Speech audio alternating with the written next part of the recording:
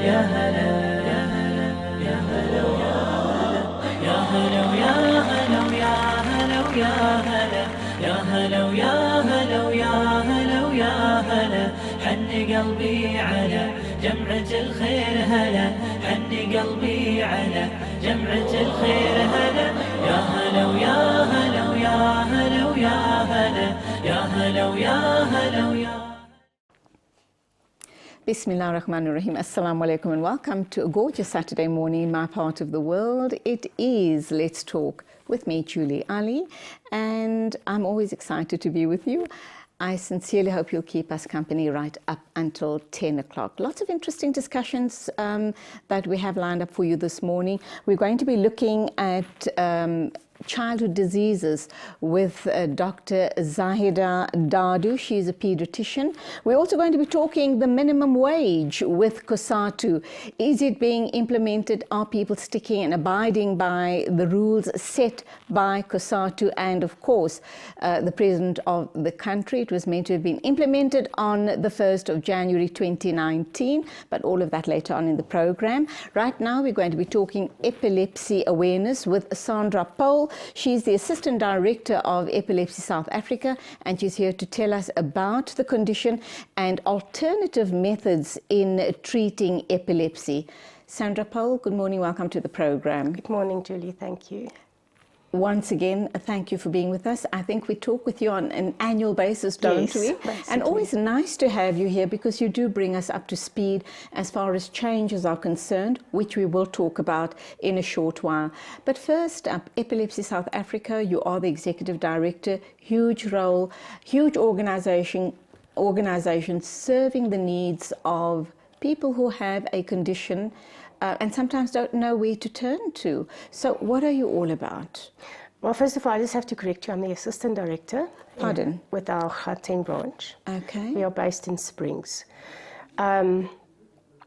What we do, we are a national organization. We've got 6 branches across the country. And we are really all about advocating for people or persons with epilepsy. We get to do with a lot of people who struggle because of discrimination against them just because they've got epilepsy. We've got a lot of people who do not understand epilepsy, who cannot get to the services that they need to get the medication that they need. And that's where we come in as a national, on a national level. Also with our legislation, we are very active in changing the perspectives on that level as well. As far as our state health services are concerned, your local clinics, hospitals, etc., are they geared up to deal with patients with epilepsy, and are they dispensing the correct medications? We're not casting aspersions, but are they geared up enough? I think in many cases they are geared up enough. What's not always happening is that we are getting enough medication or the right medication, because medication cannot just be used or the same medication cannot just be used for everyone. So sometimes you need to go on trial basis to see if this works or that works. Unfortunately, our system, our government system, would prescribe just certain medications, and that is what we need to abide to. We need to use that, and it doesn't always work. And then but in most cases, I have to say, it does work, but not for everyone. All right, so we're looking at epilepsy, and before we look at alternative methods of treating epilepsy, and thank you indeed for all of this amazing stuff that you've come up with, let's understand what exactly is epilepsy, who presents with it, and why. So epilepsy is a very old condition, and the who and the why is still not answered, because it can be anyone from anywhere at any point in your lifespan, and we don't normally know why. In 66% of cases, we don't know the reason why people get epilepsy. epilepsy. There are suggestions that possibly at birth, if the baby has been injured, or perhaps a car accident or having taken a knock to the head, etc. So those kind of answers or those sort of issues still stand, Yes. as far as epilepsy is concerned. Absolutely, those are conditions that, but also you can have an accident, you can have a bump to your head or a brain injury, and not necessarily develop epilepsy. But at least if you do, we know the cause. So yes, it is oxygen, not enough oxygen during birth. Birth defects, brain injuries, and that actually is a big indicator of epilepsy. Is it curable, or is it a condition that you're going to live with for the rest of your life? Let's assume you present at an early stage in your life, a preteen or an adolescent, etc. Do you live with it for the rest of your life? Sometimes children who develop epilepsy at an early age do overcome it at some point. It does happen. And sometimes if you have one seizure, it doesn't really mean you've got epilepsy and you never have a seizure again. It doesn't really mean that you've got epilepsy. But I think, it's difficult to say because there's so many trends, there's so many people present with so many different aspects of epilepsy. So there's a lot of ongoing research all the time, continuously. When we look at epilepsy, I do know, as with all diseases, most diseases and conditions, if you lead a healthy lifestyle and if you're on the right diet, you could be healing, you could be on the path of healing. Maybe not a total cure or total healing, but very definitely a better quality of life. As far as epilepsy is concerned, people are talking about the ketogenic diet. What's that all about, and does it in fact work? The results that we do get, Julie, is very positive, especially with children. And adults also follow that.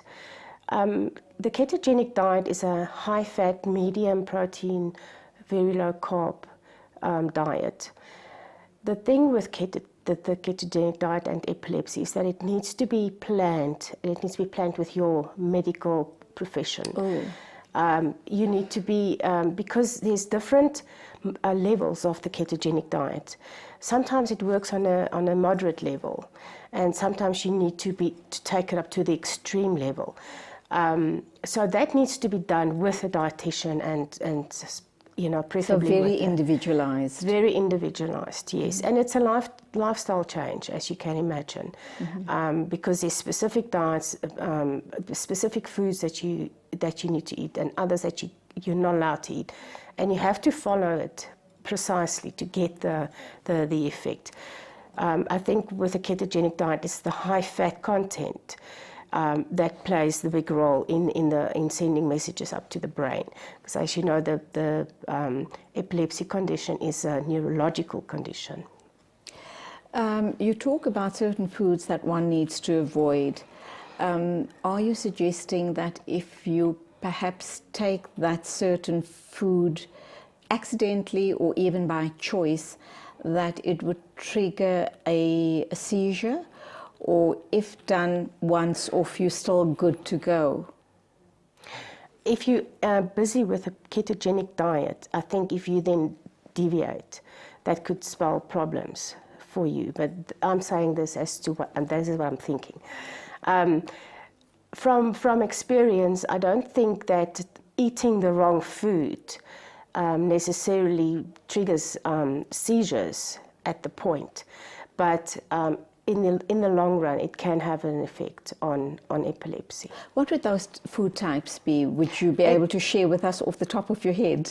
Well, if we talk ketogenic diet, it's definitely the high carb content of our meals, breads. No, the foods to avoid. I should imagine sugar being a culprit. Yes, sugar is indicated, and then carbs, like your high carbs that that your body actually metabolizes into sugar and then energy. When we talk epilepsy and everything we're saying here, I think our viewers need to understand that it's not one size fits all. Epilepsy is also on a spectrum, and it differs from person to person. You would have those people on the low spectrum, on the mid spectrum, Yes. and the high spectrum. Explain those spectrums to us. When we say on the high spectrum, does this suggest that you're having seizures all the time? And, you know, people on the high spectrum, how normal is their life? Can they do something to normalize their lives? Obviously, all the efforts are focused on normalizing their lives. On the high spectrum, we are talking about uncontrollable seizures. So most of the time it's when your medication is not taken in the right way or doesn't work for you, or you are in a high stress situation and you're struggling to deal with that. That is a high spectrum, I would say a high spectrum epilepsy.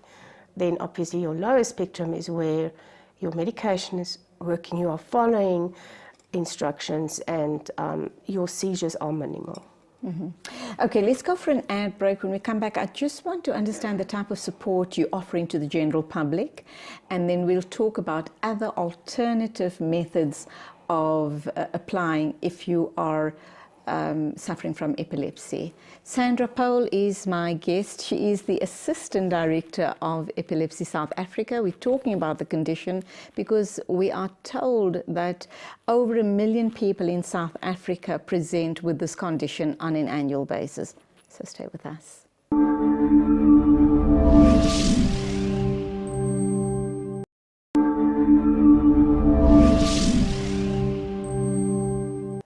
We're talking epilepsy with Sandra Pole, the Assistant Director of Epilepsy South Africa, and we do hope that you're finding the discussion interesting enough. Who knows, your loved one might be suffering, so please watch and listen closely.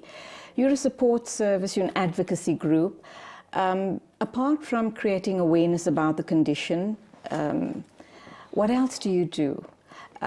People might call you to say, my loved one is presenting with this. You would then point them in the right direction. I should imagine you'd also supply them with literature and so forth. But what else do you do to support this community of people?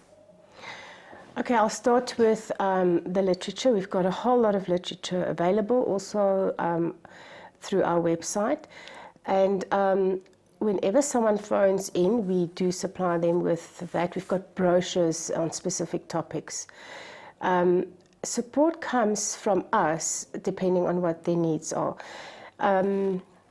If someone phones in and inform me that their husband is getting seizures or it's new to them, I would refer them firstly to a neurologist, because we need to make sure what is going on. The indicated tests needs to be done so that we can then take it from there and forward. And like I said, we try to normalize it as quick as we can. We do not offer medical services, only medical support services at our residential care centres, but we don't have neurologists working with us. So we refer to neurologists that we are known to, and or are known to us. We then, from then on, we would suggest that they join a support group. I run a support group in here in Sandton on a 2-monthly basis. Whenever we can get together, we do that, but it's also on a WhatsApp group. So it's quite busy, it's quite lively, and people ask questions and they get help on the WhatsApp group per se. Then we also have a lot of community workers who perform services in the community, so they have support groups there. We try to work with the clinics in the communities so that when they come to get their medication, we can have the support group there for them. And those support groups have been established for many years, so they continue, and that's the aim, they continue on their own as well. Then, as far as advocacy service are going, is that we get a lot of calls from people who have been laid off at work. or just not employed or because just of the not condition. employed because of having epilepsy. And we find that that's mostly because people do not understand epilepsy. So they're being discriminated against. Absolutely, yes. So our services there would be for the individual, and then we try to get into that company and do education and inform them about what epilepsy is. Because there's a lot of myths and misconceptions around epilepsy. People are scared of it. Yes. And then that then moves into the shame factor. So that the person with epilepsy feels shame all the time and embarrassed, and it becomes a secretive condition that is just not necessary. Let's look at alternative methods. We spoke about the one being the ketogenic diet. From what I've heard, it's very, very effective, but that also means that you've got to be on this diet for the rest of your life.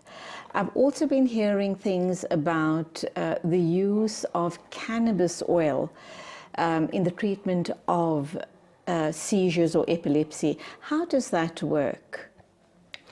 So the cannabis oil works as an anticonvulsant, and that is why it is being used. And now that it's all legalized here, we can actually, or doctors can prescribe it. But it remains an alternative at the moment because there's not enough research done to precisely know what it is. So cannabis oil or CBD oil, the purest form of cannabis oil has to be used, and that already is a problem because the THC needs to be taken out. Now the THC is the one that would cause the high. The high, yes. and the THC per se has got no effect on a medical effect on epilepsy, so it doesn't play a role anyway. But it needs to be pure CBD oil, and it needs to also be administered preferably through a medical practitioner or someone who understands how that works. And the amount, I should imagine, is also very important. Yes, yeah. But there's a lot of positive feedback from that. But I think the biggest feedback that I got is that it needs to be pure. And to get that pure oil you're not always sure what you're getting. Is it pure? Is it not pure? Who manufactured it? And that is not structured and so I should imagine the best way is to have it prescribed via your medical practitioner. Hopefully then you will be getting the purest form. But that being said as well, he will then instruct you how it needs to be administered. Yes, you can't just go and buy CBD oil over the counter and start self-administering. Yes, and I think I need to reiterate that CBD oil is not just available over the counter as of yet.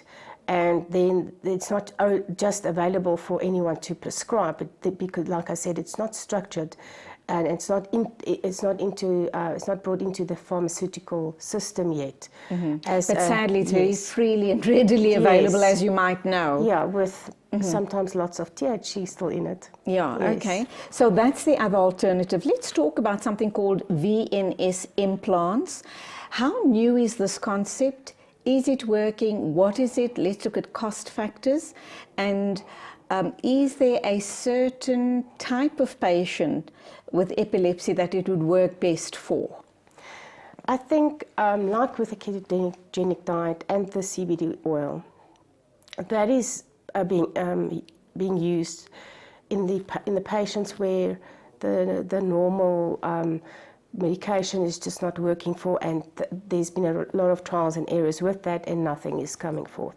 And the regular medications would be anti-seizure type of medications, etc. Yes, yes.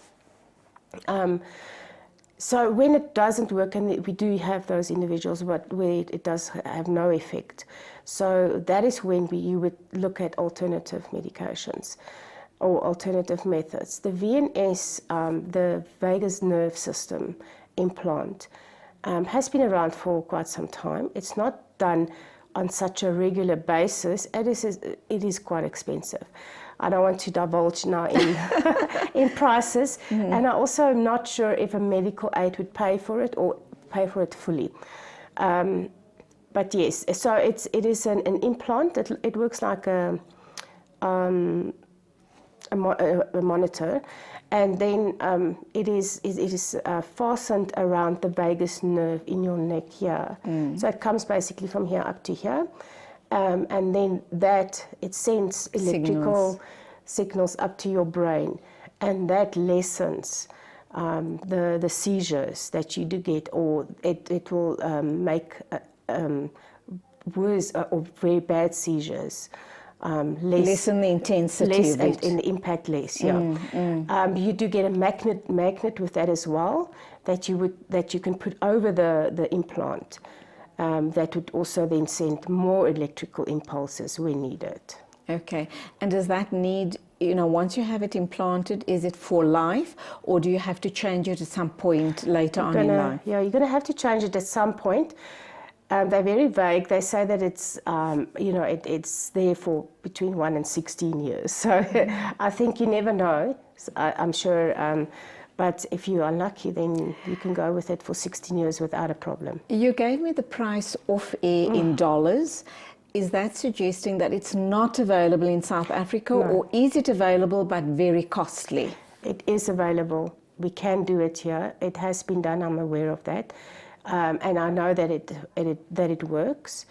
But I know also that when it stops working, then you need to have another one implanted. So that's an operation that you need to go through. Talk to us about a concept called SUDEP. SUDEP. You guys talk about it, you talk about it as far as alternative is concerned. What's that all about, and how does that help a patient with epilepsy? Okay, SUDEP is not an aid, it's a condition. Okay. It's sudden and unexpected death in epilepsy. Oh. So, and that is something that's been happening more and more. It has been, categorized. We know that it exists, and that is when you would get epilepsy, or have been living with epilepsy, and then suddenly, for no other reason than the seizures or the epilepsy, you pass away. So that is there's a SUDEP organization as well. Okay. And that is what SUDEP is all about. All right. With 2 minutes to wrap up, talk to us very quickly about myths around epilepsy. I know one of them is a lot of people think that you've been bewitched, but what are the facts and myths around epilepsy? In general, I think people have the idea that people with epilepsy are unable to work. They don't have enough mental capacity. They don't understand everything.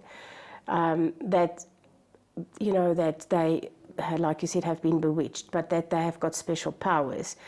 And that's where the shame comes in. People with epilepsy can do everything like anyone else can. But your condition needs to be under control. Absolutely. So they can go on to have very normal lives, marry, have children of their own, be in high-powered jobs, etc. But as long as they control the condition.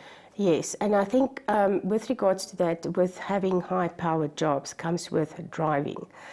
And there's also a lot of unknown truths about driving. That people don't take into account, because you can go for an interview for a job, and then you would be told that but you can't get the job because you can't drive. You're not allowed to drive, which is that true? It's or false? True to a certain extent. Okay, but it's not true in the whole sense of the word. In the South African legislation, it doesn't tell you that you cannot drive if you have epilepsy, but it does tell you that you have to inform authorities that you have got epilepsy when you go for your license, and you need to take that responsibility to have your seizures under control. Now in the medical world, the doctors, the neurologists would tell their patients to not drive for about a year. And that I think is a good indicator. So if you've been seizure-free for about a year, then you can start driving. But you need to know yourself. You need to make sure that you are under control, that your seizures are under control. So basically take responsibility, Yes. and try and make your life as normal as possible, and that's all we have And time stay for. healthy. Yes. Absolutely, thank you indeed. That was Sandra Pohl from the Epilepsy Foundation, or Epilepsy South Africa. She is the Assistant Director, bringing us some additional news as far as epilepsy is concerned. Do hope that you found that very useful. I did anyway. Still to come on the show, we're going to be talking to Cosatu about the minimum wage, and we'll be wrapping up by talking with Dr. Dadu about childhood diseases.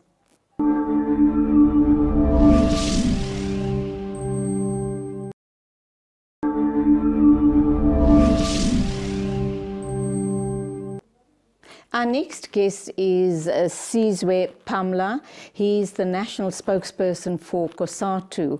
We're going to be talking about marches, protest marches, stayaways, and in the second part of the interview, we're going to be looking at the national minimum wage. Is it working? Has it been implemented? How is it being policed? If you're caught out, perhaps exploiting your domestic or your gardener, what would the repercussions be to you? Sizwe, good morning. Welcome to the program. Morning. All right. We've had a protest march on Wednesday past. It had to do with unemployment, or, the issue around workers being afraid that there's possibly job losses in the pipeline. Is this on the back of the SONA by President Ramaphosa, in terms of unbundling Eskom, or is it a general call for the issue around unemployment and job losses? Well, actually, you can trace the source of the strike during the job summit last year, because during that job summit, we were hoping for a moratorium to say, look, if we are going to work as constructive partners to create jobs, can we first agree that we're going to do everything possible to preserve the jobs that are already there? Government did sign that framework, but private sector rejected it. They said they were not going to commit themselves to that. But then we said, okay, let's go back to NEDLAC. Hopefully we can still reach some consensus there. Even at NEDLAC, we deadlocked, which is when we then applied for a certificate to strike. But that was last year. What was last year.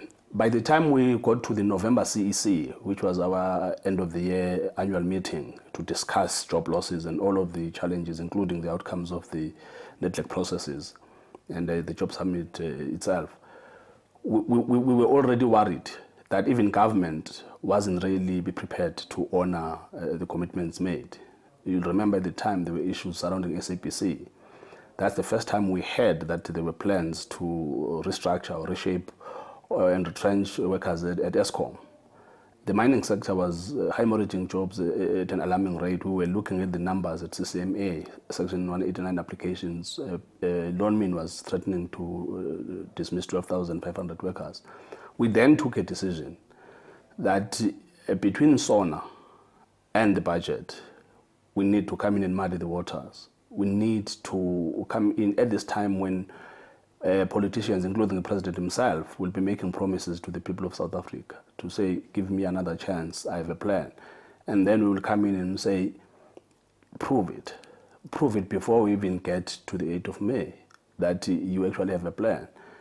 And the SONA unsettled us, because we were hoping that he was going to sort of like repeat what he promised us in Durban when we launched the ANC. So manifesto. promises were made which were not kept, Yes. which was not kept by the ruling party and the president himself. Yes. Yeah. The timing of the protest march this past Wednesday almost seems to speak to the unbundling of Eskom. Yes. So is it in fact that situation that's triggered the march? And what are you hoping is going to result? post the March now, do you think you're sending a very clear message and they're not going to unbundle? Because the EFF has been making noises and accusing the president of possibly going the privatization route with Eskom.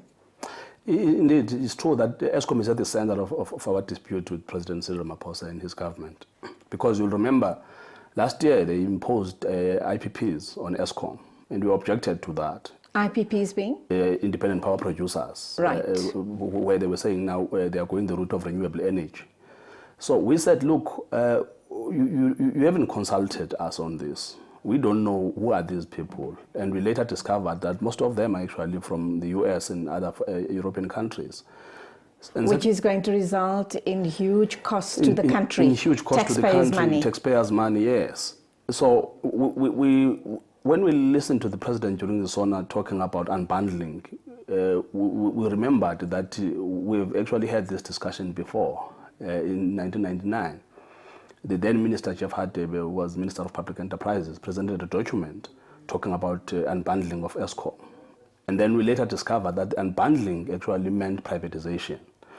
So this term triggered a panic as far as workers are concerned. And we are united in this. It's not just Cosatu. Workers across the spectrum, they understand what is at stake. But you can't deny that Eskom is in a mess. It's costing the taxpayers billions of rands on an annual basis. They're not delivering. They are sucking us dry. So perhaps this is the route to go. Actually, it is not the route to go because the president himself cannot explain exactly how unbundling is going to fix Eskom. I mean, we've been listening to ratings agencies, the people he's been doing everything to please them. They themselves were puzzled as to what does unbundling have to do with fixing what is wrong with Eskom. Because Eskom has been mismanaged for 2 decades. The exorbitant corrupt contracts that have been awarded to service providers, the billions of rands that have been looted by the Gupta family and President Jacob Zuma, all of those issues, no one is talking about them. No one is saying, firstly, this is how we're going to recover money. This is how we're going to fund Eskom now in terms of putting together a coherent funding model. And to say, this is how we're going to pay off debt. So unbundling is just something that the president decided to throw out there with the hope that people were going to say, well, he has a plan. He doesn't have a plan because if he did, he would have put it out there. We met President Ramaphosa during the Alliance Lekgotla, before the Cabinet Lekgotla, when he first raised this issue. And we said, send the Minister of Public Enterprises to us as workers to explain this, give us detail, and then we'll engage. Okay, Praveen Gordhan has come out publicly suggesting that they'll get independent engineers and people that are in the know to try and do an audit on Eskom to see where the problems are and then present those findings possibly to Cosatu and to the president and see and look for a way forward. But apart from all of that happening, should you as Cosatu, I mean, you've got lots of muscle, right? You can flex your muscles. What about getting all of those corrupt parties to pay back the money? No, indeed. In fact, at the center of our pushback is because we are saying you are not going to talk about unbundling an institution, dislocating people's livelihoods through retrenchment without holding accountable the looters. That is actually the message we are sending to the president. But we are also questioning this rationale that you go to parliament, you announce that you are unbundling an institution, and then later, your minister, in trying to help you respond to the question as to what this unbundling has to do with fixing Eskom, he argues that he's going to bring international experts. So you haven't brought the expert yet. Already we have taken a decision. What if these experts come in and tell you that actually unbundling is not the solution and you've already taken this decision? So that is why we are saying that President Cyril Ramaphosa needed to wait, bring those experts, let them do their work, and present the audit outcomes to all of us so that we can see. Because even the argument that many jobs are redundant at Eskom, no one has conducted any independent study to actually prove to us that most of those workers' positions are redundant. There's no doubt about the fact that it is a very top-heavy organization. There are, as you and I realize, that there are lots of well, lots of positions that are redundant. People are just being kept there for whatever reason. Maybe they're part of the cronyism system. Maybe they're part of those corrupt ministers and officials that were there in the past or are still there. Those issues need to be addressed. How is Cosatu addressing those issues without taking the lead from maybe even the president? You guys do have the muscle to make things happen without going on protest strikes. Do something that's more tangible, that's going to give us results, that's going to put food on people's tables, that's going to secure jobs. Which is why we still argue that we should have used the opportunity during the job summit or at NEDLAC to actually engage. Why did that not happen? It's because the president himself, by the time he went there, he had already appointed a panel that had whispered to his ear that you need to unbundle. They didn't explain why, but he decided that he was going to listen to them. And secondly, if you look at the private sector has been presenting itself as an alternative here to say the reason why we're in trouble with Eskom is because we have been shut out of the energy sector because Eskom is responsible for 90% of our energy in this country. No, we rejected that at NEDLAC. We reminded them that they do have sectors where government actually did privatize, handed over everything to them. Instead of competing in those sectors, they are colluding. The Competition Commission is churning out reports month after month about the level of collusion, them destroying sectors of the economy. So the point we're making as Cosatu is that we're not even opposed to renewable energy. In fact, we were the people who were championing renewable energy. But the manner in which the IPPs, the independent power producers, were imposed on us, it made us uncomfortable because we wanted to make sure that, firstly, we were going to identify job creation sectors within the renewable energy sector. For example, we don't have a thriving manufacturing sector. We were saying, if you say we are going to have 65,000 jobs, where are we going to get those jobs? Because we don't even manufacture any of these materials that are going to be critical going forward. So we said at the time at NEDLAC, before the job summit, let's develop a jobs plan so that we have a just transition that allows all of us to be practical and reasonable.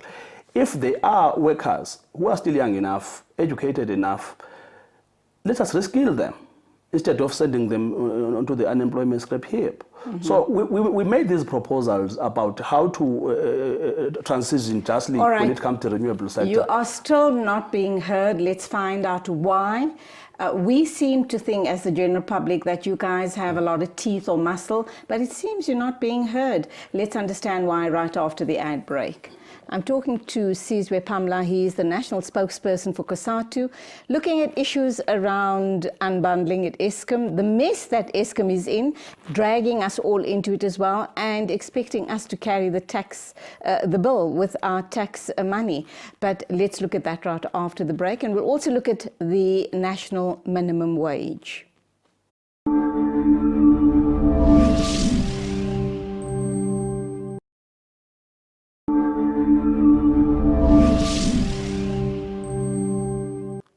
Welcome back. We're talking to Sizwe Pamla from Cosatu. We're trying to understand the reason for these protest marches. Do they in fact, give the results that Cosatu and the general public are hoping for?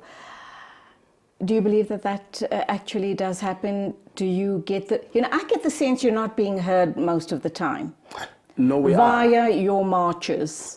No, we actually use the marches as a last alternative, but we are getting hurt. In fact, I can give you examples. In 2013, we managed to reverse a law that was imposed on workers where government was appropriating workers' provident funds without consultation. We forced government to actually pass another law, reversing that law. Isn't that provident fund in trouble at the moment as we speak? No. Not the PIC, actually, a private provident fund, not the pension fund. And you can go back to the National Health Insurance. National Treasury and private healthcare sector were totally opposed to the release of the white paper. It took Cosatu to coerce and push back against the ANC for the ANC to release that paper. we are getting there with NHI. There are still a lot of attempts from outside people with interest to push back against that. You need to come in another time to talk about the NHI. I think it's of interest to the entire country. But Yes. coming back to your march, what were the results that you have got? What happens now? Cosatu is part of the ANC. You have the president's ear, and yet we have this big debacle playing out around Eskom and Unbundling. EFF has already accused the president that he's going the privatization route. Where to from here? If you are still not being heard, what is Cosatu going to do? Well, we can tell you now that the president is going to listen to us, because we have made it very clear that our relationship with ANC is not issue-based, but also our relationship with ANC is not for nostalgic reasons. If the ANC proves to us that it no longer is interested in helping us to achieve the aspirations and the goals of the working class, we have no reason to actually be in an alliance with the ANC. The ANC understands this. We have been fighting over the reconfiguration of the ANC. We are going to make it very clear that, to President Cyril Ramaphosa, that the issue of unbundling has to be reversed.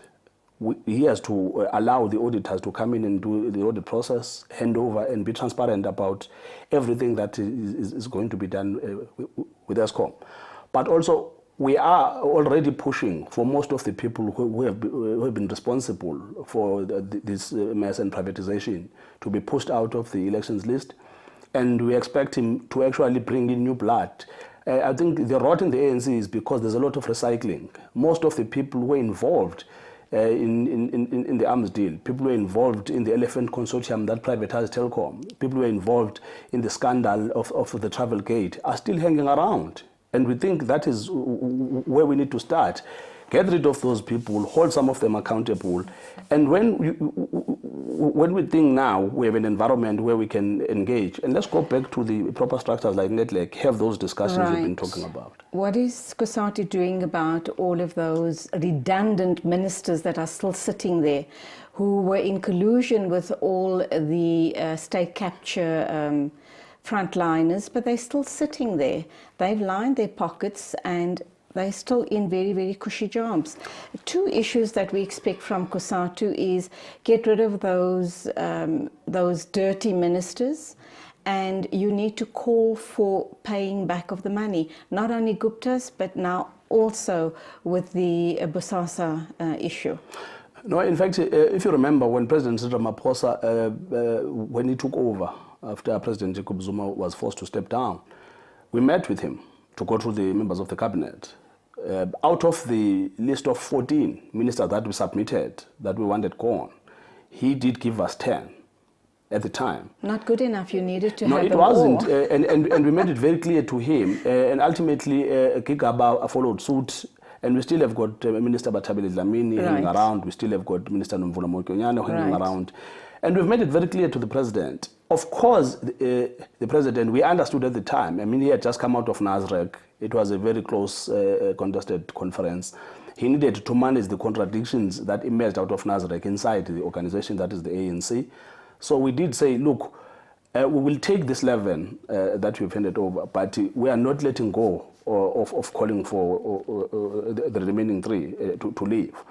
And now that we have had the state capture, well, in fact, we've been saying that we're not even going to wait for law enforcement agencies themselves to do their work. We ourselves should put together our own legal team that will help us to find ways of laying charges on those individuals before we wait, because the money that have been stolen, they belong to the workers, they belong to the poor people of South Africa. Absolutely. So we are engaging with him. Out of the meeting that we had, the special CEC, we came out and sent a letter to the ANC that says, look, the CEC is not comfortable with the list that you have presented, because we can still see people who are involved with VBS, involved with Bosasa, involved with the state capture in general. And they all have to be held accountable, and they all have to pay back the money.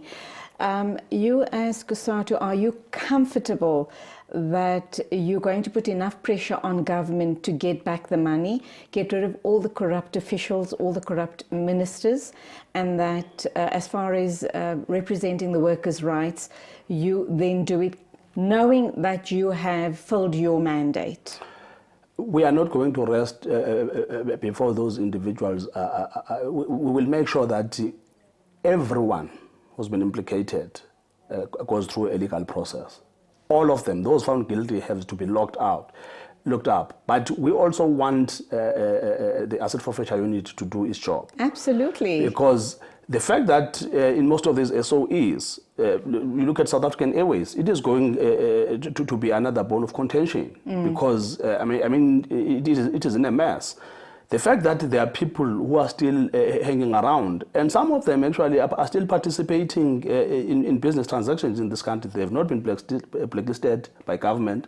They have not been blacklisted by the business community as a whole. But also, they have not been charged with any crime. We still feel that these law enforcement agencies, in fact, we made this point last time we met with President Cyril Ramaphosa. We said we will support this new team that he announced that is going to work under the NPA. Are you happy with the new appointments? We are very happy with Ms. Patohi. We are very happy with the appointment of that team. We want her to do one thing first.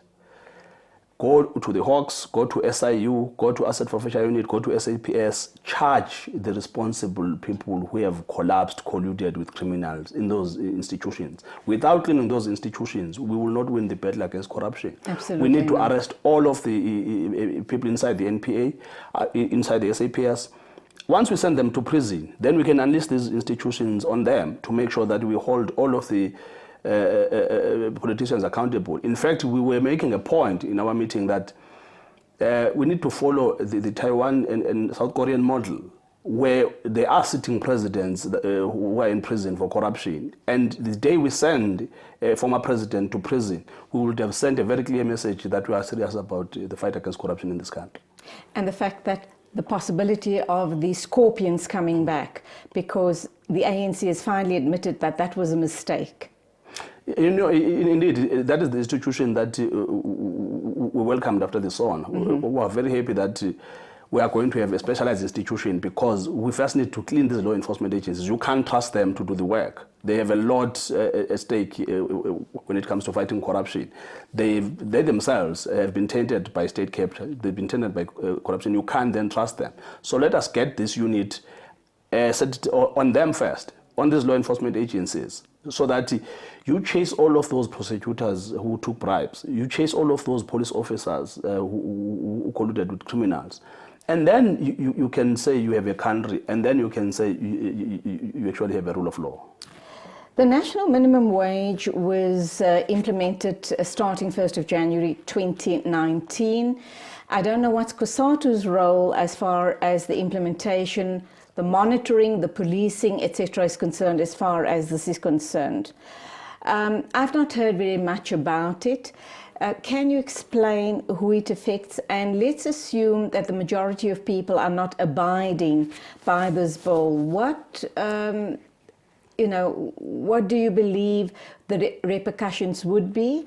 There's also a faction of people that are arguing that as it is, unemployment is very high in South Africa, and by introducing a national minimum wage, you're going to put more people out of jobs because it's just not going to be affordable to the working class people. A lot of working class people do employ domestic help and gardeners, etc. No, the minimum wage is actually our special project. We're paying particular attention to it. Of course, we are unhappy that the President decided to sign the national minimum wage bill and announce the implementation date at a time when the fifth administration is wrapping up, because you can see the Department of Labor is defocused.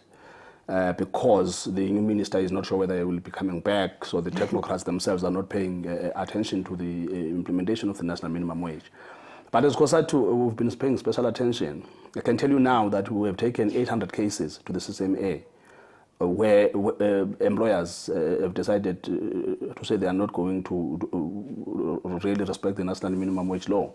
But, let's look at real cases where they really can't afford to pay more than or pay the minimum wage. So it's going to be a situation of either I retrench you, I let you go, or you agree to work on my terms? No, we actually discussed this when we were discussing the national minimum wage. Look, I know that it can be open to exploitation. Yes, but you can actually apply for exemption. In fact, you can? Yes. In fact, one of the cases we took was of a businessman who applied for exemption. Exemption is supposed to be 10%.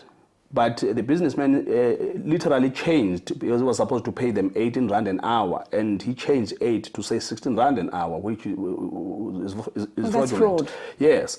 No, if you cannot afford, you can actually apply for exemption, but for you to get that exemption, you have to open your books so that we can see that you cannot afford. Most of them, people are applying are genuine and honest people who cannot afford, and they are prepared to open their books. So let's assume I've got a domestic helper and a gardener, and I can only afford to pay them X amount.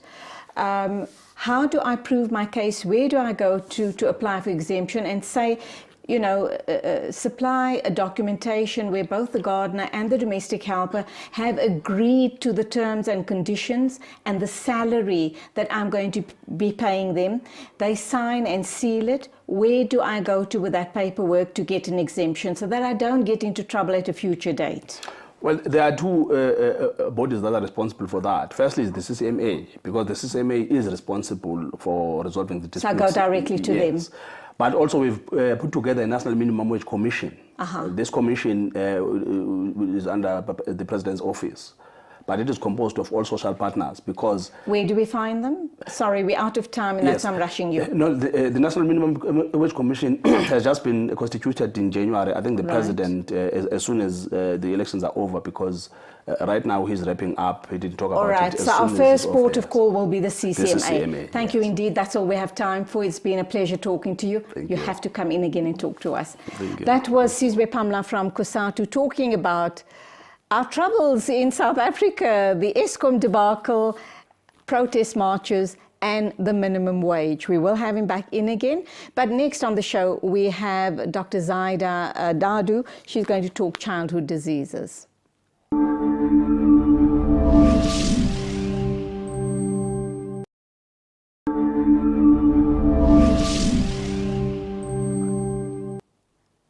Welcome back. We are now going to talk with Dr. Zaida Dadu. She's a pediatrician. She practices at Park Lane and Brentus Clinic, and she's here to talk about childhood conditions. I'm not sure if they're termed as diseases or conditions. We're going to try and unpack measles, chickenpox, time permitting. We'll talk vaccinations and mumps and rubella and other issues as well. But let's just see how we do for time. Assalamu alaikum, welcome to the program. Alaikum salam, thank you for having me. Great to have you here. I think lots of new moms, when I say new moms, moms with new babies or little ones, do start worrying at this time of year, because you did indicate to me off air that it's that time of year when all of the pollens and all the chochos and everything is in the air, and obviously our little ones start presenting with all sorts of colds, coughs, flus, and all sorts of nasties. We've also heard recently, about a week or two ago, that measles, there's been a measles outbreak in different parts of the world. And once that happens, it's going to obviously visit our shores as well. So what do we need to know about measles? Can we be doing something really special or in particular to protect our little ones? Or is it part of the cycle of their growing up?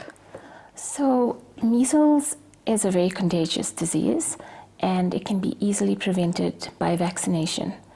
The reason for all the outbreaks is because of vaccination hesitancy, anti-vaxxers, people not vaccinating their kids. So we're seeing a re-emergence of all of these childhood diseases that should be under control. Now, there are two reasons for anti-vaccination groups or lobbyists, etc. The one being religious reasons, obviously, and the other one being there's a strong feeling that vaccinations actually cause autism in children. Your view as a medical doctor on that issue?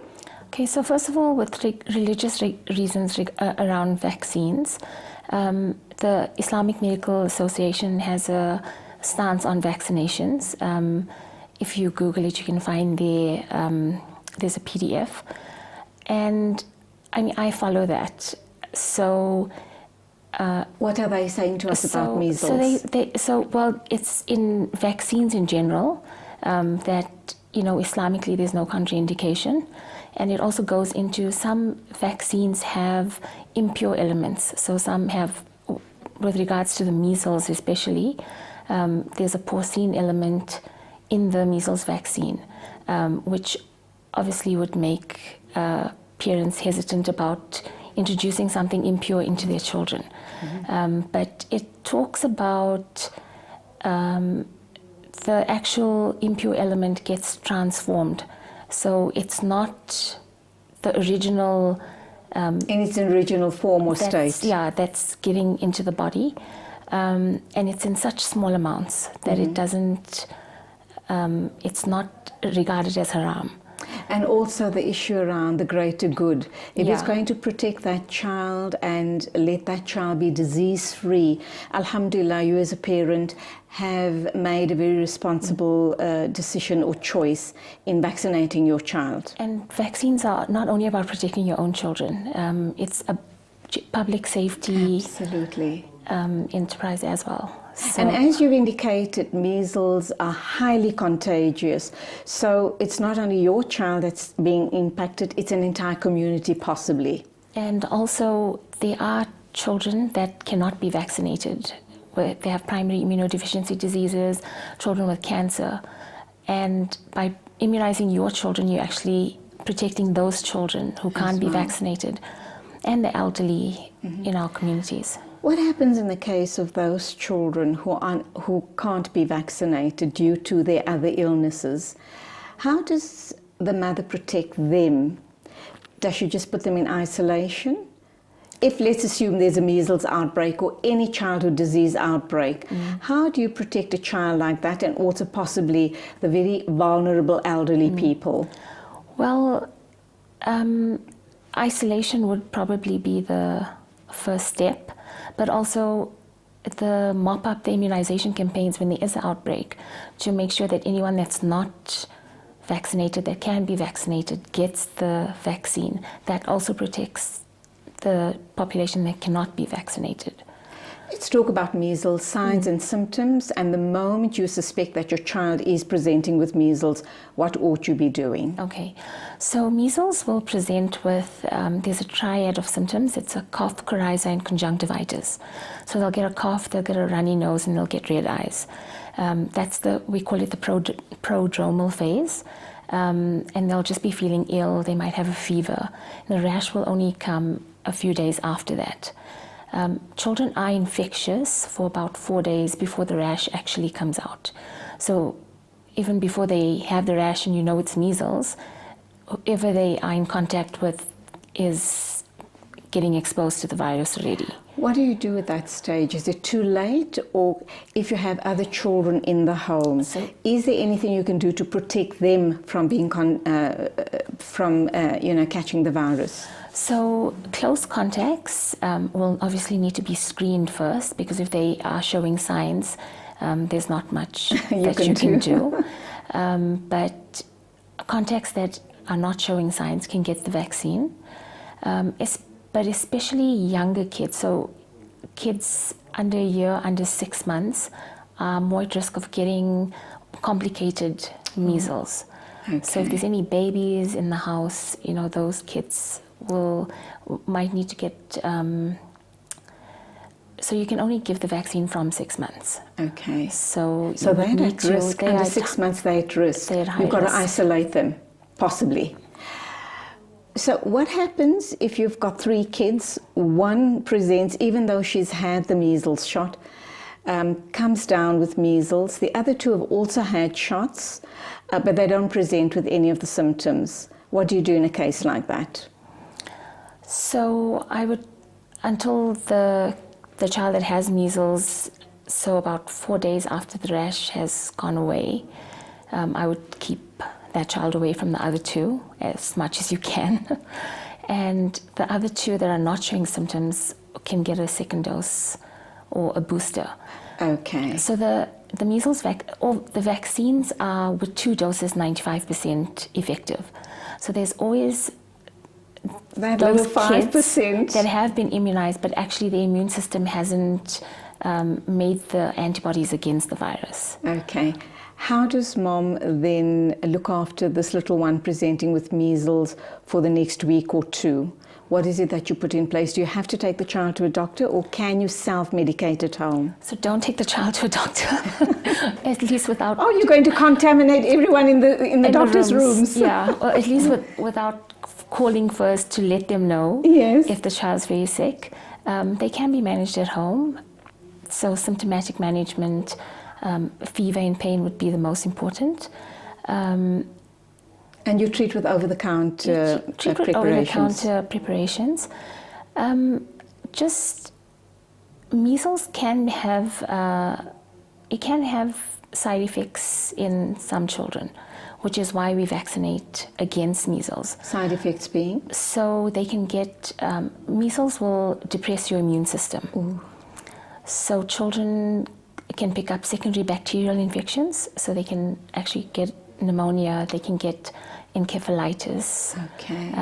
they can get otitis media, the conjunctivitis is another problem. So it's serious, It's eh? serious. And once you have measles, the virus is dormant in your nerve tissue.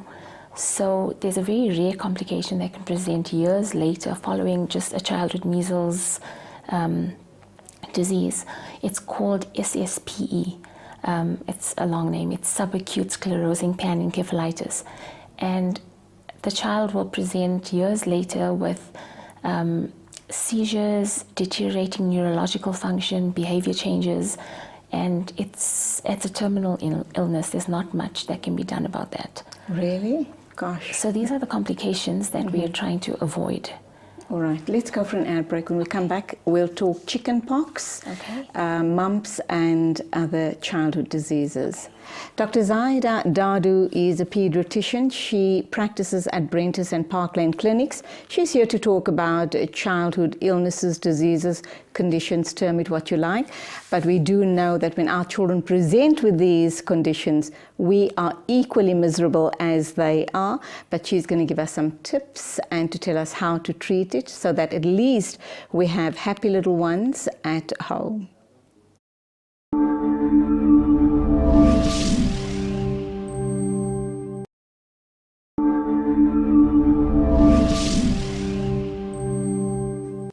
And it's the final segment of the show this morning. It's with Dr. Zaida Dadu. She's a pediatrician. She practices at Park Lane and Brenthurst. We're talking childhood diseases. We've covered measles already. Let's see what the picture looks like with chicken pox and then also the EPI. Does it, if a child's been covered with the measles vaccine, under the EPI, and you're going to explain to us what that is it still necessary for the child to be vaccinated against chickenpox, or is he or she well covered? So with the measles vaccine, it's only covering for measles. Okay. The chickenpox is a different virus. However, government doesn't give you the chickenpox vaccine, No. does it not? No. So you mentioned the EPI, which is the expanded program of immunization, and it's a list of vaccinations that the government thinks are most important for children to get. And which would be? So depending on the age, so I mean at birth, I'm sure everyone knows the babies will get the polio and the BCG vaccine. What happens for some reason if baby at birth something went wrong, maybe baby wasn't doing too well, and mom then opted not to have that vaccination at birth? Can she still have the child immunized at a slightly later date, at 3 months or 6 months? She can. Usually, I mean, if a baby is sick in hospital, we do delay the immunization, but usually they're not going to go home if they're sick. And Okay. once they're ready to go home, they will get the immunization before they leave the hospital. Cut-off date for those first two? The BCG, under a year. Under a year. Oh, so there is still time There is still once time. baby's at home Yeah. and doing well. Yeah. Okay. And then, well, so the immunization schedule will follow, so babies will, the next immunization will be at 6 weeks, 10 weeks, 14 weeks. Then babies can get a break for a while. and then 6 months, 9 months, and 12 months. What happens if you miss out one or two of those? You've just forgotten or you've opted out. Can baby or the little one still be immunized at a later date? So you can catch up? You can catch up. So for example, the rotavirus that prevents against rotavirus diarrhea, after 24 weeks, you don't need to get that anymore. That's that's protecting the babies. Okay. So if you've missed that, you don't need to catch up on that one, but you will need to catch up on the others. Why is government not giving the chickenpox vaccine? Is it costs? It is cost. It is available in the private sector. Also, compared to the complications of the other viruses, the chickenpox, although it does have complications, it's not been prioritized the same as the other vaccines. You as a pediatrician, would you recommend that your patients have the chickenpox vaccine? If so, why? So I would say that if you have a healthy child that's had all of the other vaccinations, if they are going to get exposed to chickenpox, they're probably going to get a mild illness. They're not going to, they're going to get the rash. They're going to be miserable for a few days. You're going to be miserable for a few days.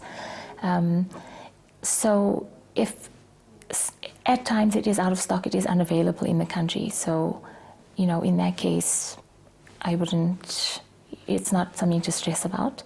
If you can give it, then it would be a good idea to give it. The reason being that even if you get chickenpox as a natural childhood disease, the chickenpox virus, as similar to the measles virus, lives in your nervous tissue. And later on, it can reactivate. So when you're older or if you're very sick for any reason, it can reactivate as a shingles, as a herpes zoster infection, which is quite painful. So if you can maybe vaccinate to avoid a future complication, Right. but it's not as complicated as say the measles So rather safe infection. than sorry later Rather on safe in than life. sorry, yeah. Let's go back to measles. And I think the dreaded word for any pregnant mom is German measles. The moment they hear that there's been an outbreak or a certain family member or friend is presenting with German measles, they're very concerned because we've heard about the dire consequences of that. Talk to us about it. Okay, so first of all, German measles is completely different to measles. It's a different virus. The German measles, especially for pregnant women, why it's such a scare is it causes severe fetal abnormalities. So the babies are born with lots of congenital abnormalities.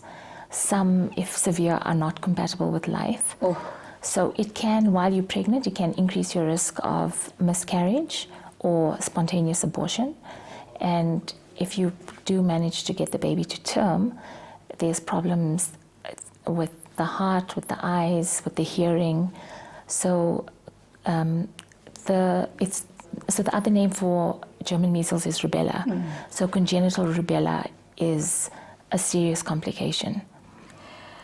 When, why, and how does one go about, and at what stage of a child's life do you actually give them the rubella vaccination? Okay, so the rubella vaccination is part of the MMR, which has the measles, mumps, and rubella. Right. The MMR is also not part of the EPI. So you can get it privately. So you can get it privately at an earlier stage.